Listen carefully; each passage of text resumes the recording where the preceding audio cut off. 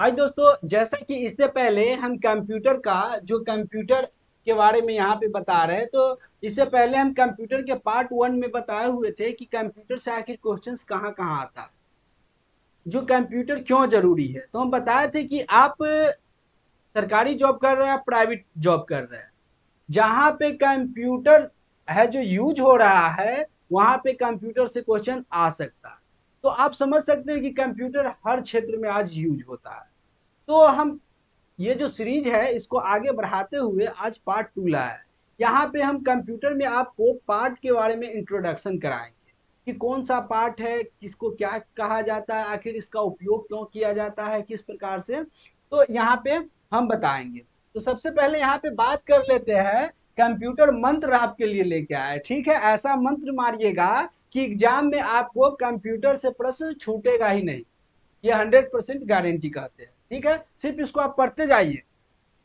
Computer system के कौन कौन से कंपोनेंट होता है इसके बारे में यहाँ पे हमको जानना है पूरी डिटेल से।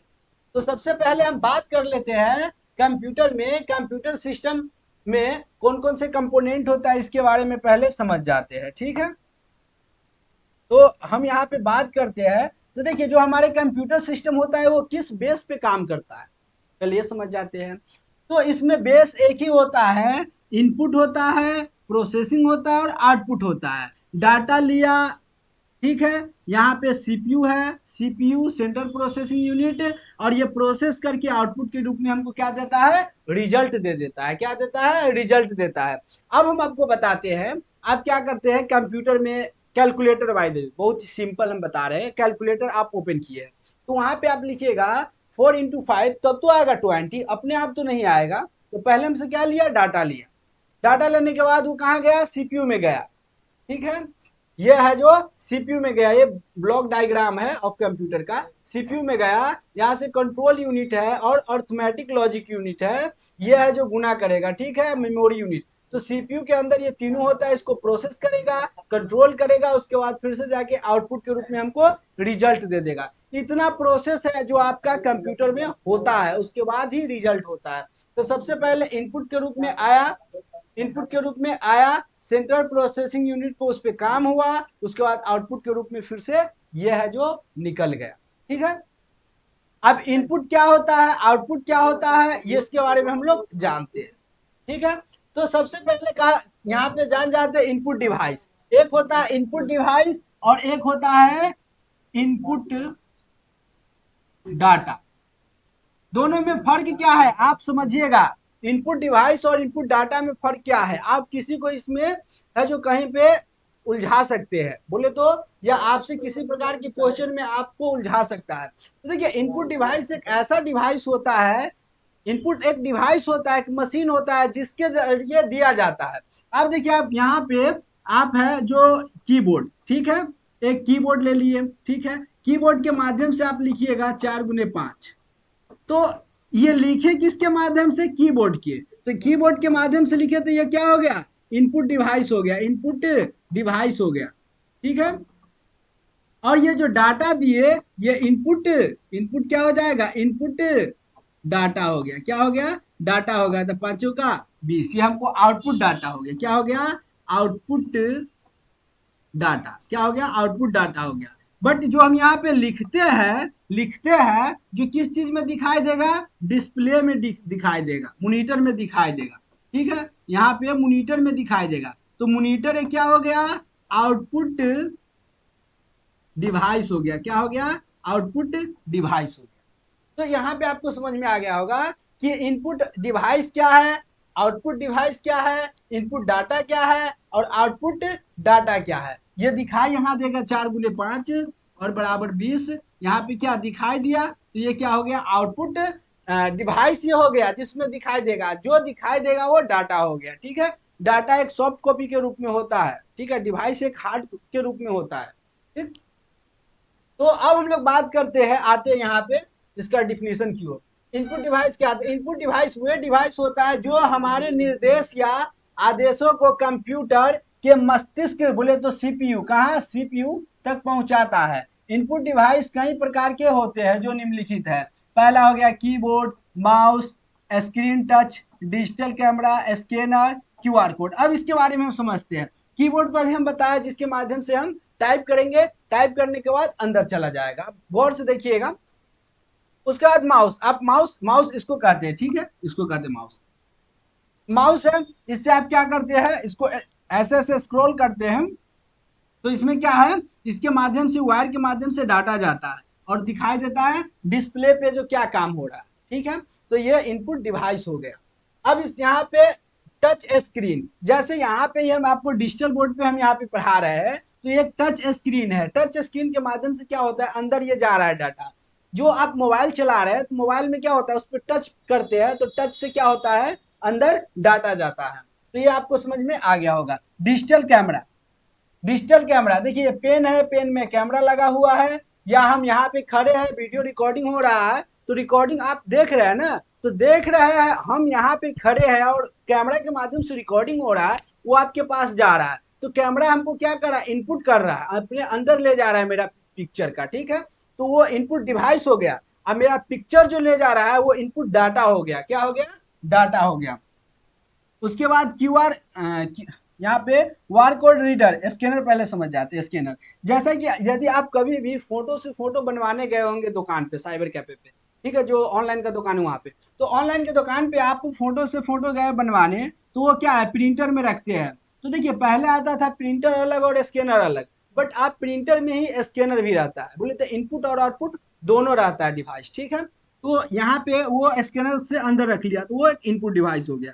उसके बाद हो गया QR कोड, हो गया, क्या हो गया, QR कोड। तो QR कोड रीडर है।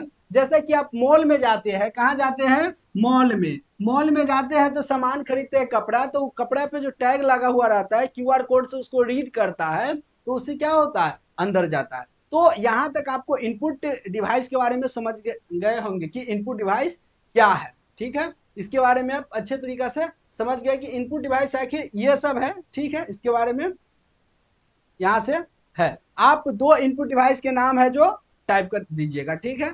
दो इनपुट डिवाइस का नाम टाइप कीजिए।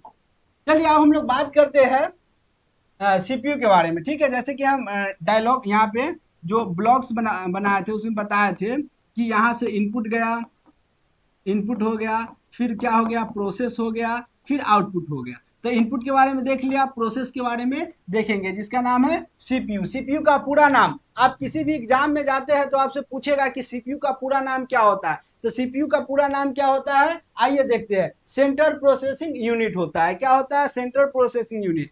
देखिए लड़की का दिमाग कहाँ होता है, घुटना में, और इसका दिमाग कहाँ होता है, CPU में, ठीक है। तो यह कंप्यूटर का सबसे महत्वपूर्ण भाग है। क्या है, कंप्यूटर का सबसे महत्वपूर्ण भाग है। बिना दिमाग का नहीं चल सकता है, ठीक है। इसका मुख्य कार्य प्रोग्रामिंग, प्रोग्राम्स को है जो क्रियान्वित बोले तो उसको चलाता है, ठीक है, करना है। इसके अलावा CPU बोले तो कंप्यूटर के सभी भागों जैसे मेमोरी, इनपुट, आउटपुट डिवाइस, ये सब के कार्यों को भी नियंत्रित करता है। कह रहा है CPU सेंट्रल प्रोसेसिंग यूनिट के 3 भाग होते हैं। कितने भाग होते हैं, 3 भाग होते हैं। ALU मेमोरी, और उसके बाद CPU अर्थमेटिक लॉजिक यूनिट, उसके बाद मेमोरी हो गया, कंट्रोल यूनिट हो गया, ठीक है। तो इसके 3 भाग होते हैं। कितने भाग होते हैं, CPU के 3 भाग होते हैं, ALU, मेमोरी और CPU। ALU का पूरा नाम क्या होता है, अर्थमेटिक लॉजिक यूनिट। मेमोरी तो खुद है पूरा नाम। CPU का क्या होता है, कंट्रोल यूनिट होता है। चलिए नेक्स्ट हम चलते हैं। ALU, ALU क्या है, तो ALU जो इसके अंदर देखिए, अर्थमेटिक एंड लॉजिक यूनिट को संक्षेप में ALU कहते हैं। यह यूनिट डाटा पर अंक गणितज्ञ क्रियाओं, जोड़ घटाव गुणा भाग, ये सब करना हो, मतलब जितना भी मैथमेटिक्स का काम करना हो, ये सारा काम कौन करता है, ALU करता है। अब किसी भी जो कंपनी चलता है तो उसमें क्या होता है, सबका काम अलग अलग बटा हुआ रहता है। ठीक उसी प्रकार से यहाँ पे CPU के अंदर भी काम अलग अलग बटा हुआ है। हमारे शरीर में ही देख लीजिए ना, अलग अलग काम। अब देखिए यहाँ पे अगर कोई आदमी कुछ चुभा दिया, ठीक है, तो संवेदना क्या करेगा, इसको संवेदना माइंड तक पहुंचाएगा। माइंड क्या करेगा, माइंड कहेगा आंख को देखो तो भाई कौन है, तो आंख देखेगा, हाँ भाई यहाँ पे फलनामा है, देखे हुए है, तो फिर वो माइंड, आंख है जो माइंड को देगा, जो ठीक है इसको देखिए जो कौन है, पहचानिए। आंख नहीं पहचानता है कभी भी, पहचानता है दिमाग ही, ठीक है। आंख सिर्फ देख के उसको इंफॉर्मेशन दिमाग को दे देता है। तो यहाँ पे समझ गए सबका काम अलग अलग है। उसके बाद मेमोरी यूनिट, मेमोरी हो गया, यह इनपुट डिवाइस के द्वारा प्राप्त किए गए निर्देशों कंप्यूटर में संग्रहित करता है, स्टोर करता है, रखता है, अतः इसे कंप्यूटर की मुख्य मेमोरी, मेन मेमोरी कहा जाता है, आंतरिक मेमोरी कहा जाता है, इंटरनल मेमोरी कहा जाता है, ठीक है, और प्राथमिक मेमोरी भी कहा जाता है, प्राइमरी मेमोरी भी कहा जाता है। तो सब नाम एक टाइप का है, मेन मेमोरी हो गया, आंतरिक मेमोरी उसी को इंग्लिश में इंटरनल मेमोरी कहते हैं, प्राथमिक मेमोरी उसी को इंग्लिश में प्राइमरी मेमोरी कहते हैं। उसके बाद हम लोग बात करते हैं सीयू। सीयू, सीयू का पूरा नाम होता है कंट्रोल यूनिट। क्या होता है? कंट्रोल यूनिट होता है। सीयू हार्डवेयर की क्रियाओं को नियंत्रित करता है, संचालित करता है। यह इनपुट आउटपुट क्रियाओं को नियंत्रित करता है, साथ ही मेमोरी और अर्थमेटिक लॉजिक यूनिट के माध्यम से डाटा का आदान प्रदान भी निर्देश करता है। देखिए अब हम आपको बताते हैं एएलयू क्या करता है। आप के लैपटॉप या कंप्यूटर में एक सेटिंग होगा जिसका नाम है कंट्रोल पैनल। आप किसी प्रकार के हार्डवेयर उसमें इनपुट करते हैं या सॉफ्टवेयर, तो कुछ भी प्रॉब्लम होता है तो जाके कंट्रोल पैनल से सही करते हैं। ठीक वही है जो यहाँ पे कंट्रोल यूनिट है, ठीक है, यहाँ से सभी को मैनेज, इनपुट आउटपुट ये सारा चीज को है जो मैनेज किया जाता है। अब हम लोग बात करते हैं आउटपुट डिवाइस। बताए थे input, processing, output. Output device क्या होता है? तो आउटपुट डिवाइस वे डिवाइस होते हैं जो यूजर द्वारा इनपुट किए गए डाटा को रिजल्ट के रूप में प्रदान करते हैं, आउटपुट डिवाइस कहे जाते हैं। क्या कहे जाते हैं? Output device. जस्ट लाइक हम यहाँ पे बताया है कि 4 गुने 5 हम लिखे, लिखने के बाद शो क्या करेगा यहाँ पे जो मॉनिटर में, तो मॉनिटर क्या हो गया? आउटपुट डिवाइस हो गया। ये क्वेश्चन आपका आता है कि निम्नलिखित में से आउटपुट डिवाइस कौन है और इनपुट डिवाइस कौन है। उसके बाद हम लोग बात करते हैं प्रिंटर। देखिए आप फोटो आपके मोबाइल में जीरोक्स से जाते हैं दुकान पे, कहते इसका पीडीएफ निकाल दीजिए, तो किससे? प्रिंटर। बोलते आपके मोबाइल में इसके माध्यम से बाहर निकल जाते हैं, आउट हो जाता है, आउटपुट डिवाइस हो गया। अब प्लॉटर, देखिए प्लॉटर का उपयोग क्यों किया जाता है? फ्लेक्स वगैरह बनाने के लिए, फ्लेक्स जो बनाने जाते हैं पोस्टर वगैरह, तो यहाँ पे प्लॉटर का यूज किया जाता है। उसके बाद प्रोजेक्टर, देखिए इसको प्रोजेक्टर है ये, ठीक है, कैमरा नहीं है। तो आप जो जाते हैं फिल्म देखने, कहाँ पे? सिनेमा हॉल में, ठीक है, तो सिनेमा हॉल में जाते हैं फिल्म देखने, तो वहां पे क्या होता है? प्रोजेक्टर लगा हुआ रहता है और प्रोजेक्टर के माध्यम से फिल्म जो चलता रहता है वो बाहर पर्दा पे दिखाई देता है। सामने जो पर्दा रहता है वो प्रोजेक्टर नहीं रहता, प्रोजेक्टर ये है, ठीक है। अब उसके बाद कहते हैं यहाँ पे है जो साउंड स्पीकर। क्या है? Sound speaker. तो साउंड स्पीकर का उपयोग आप जो अभी जो पढ़ाई बोले तो देख रहे हैं मेरा वीडियो, तो उस जो सुन रहे हैं तो स्पीकर के माध्यम से आवाज सुन रहे हैं, तो वो क्या है? बाहर की ओर आपको सुनाई दे रहा है, तो वो हो गया आउटपुट डिवाइस। आप है जो 2 आउटपुट डिवाइस के नाम लिखिए, 2 आउटपुट डिवाइस के नाम लिखना है, 2 इनपुट डिवाइस का नाम लिखना है। तो आज तक हम, तो यहाँ तक हम आपको बता दिए। अगला है जो जनरेशन वगैरह के बारे में, इतिहास के बारे में, तो अगले के बारे में हम लोग अगले टॉपिक में पढ़ेंगे। आज के लिए इतना ही हम यहाँ पे बताया। मुझे उम्मीद है कि ये आपको समझ में आ गया होगा। यदि अभी भी किसी भी प्रकार के प्रॉब्लम है तो आप कमेंट कीजिएगा, हम पूरी कोशिश करेंगे आपका जो कमेंट है उसका रिप्लाई देने के लिए।